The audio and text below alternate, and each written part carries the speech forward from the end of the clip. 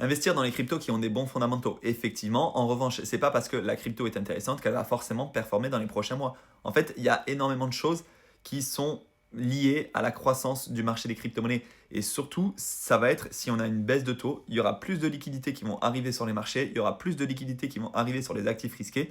Et les crypto-monnaies sont des actifs risqués. T'as beau avoir la meilleure crypto-monnaie, si t'es pas dans le bon momentum, si t'es pas dans la bonne période, en fait, ta crypto-monnaie ne prendra pas de valeur.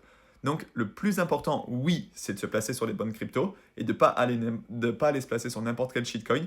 Par contre, vraiment, ce qu'il y a de primordial, c'est de capter un petit peu les moments où la liquidité peut arriver sur les marchés. Et justement, je vous fais des vidéos avec des indicateurs on-chain, mais surtout des indicateurs macroéconomiques au niveau de l'inflation, au niveau de la baisse des taux, au niveau de la masse monétaire globale en circulation, le total M2 en fait, qui peut arriver sur les marchés, etc. Il y a toujours un décalage avec l'augmentation de cette masse monétaire mondiale avec l'augmentation du Bitcoin.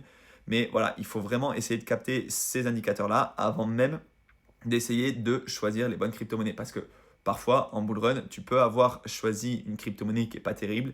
Si le marché est à la hausse, ta crypto-monnaie pourra monter aussi à la hausse. En tout cas, c'était comme ça sur le précédent bull run. Là, on a quand même beaucoup plus de projets, donc ce ne sera pas forcément le cas. Ce sera quand même plus les projets qui ont des réels fondamentaux, qui délivrent de la valeur, etc. derrière. Même si, on va pas se mentir, 99% des crypto-monnaies, pour l'instant, c'est bullshit derrière.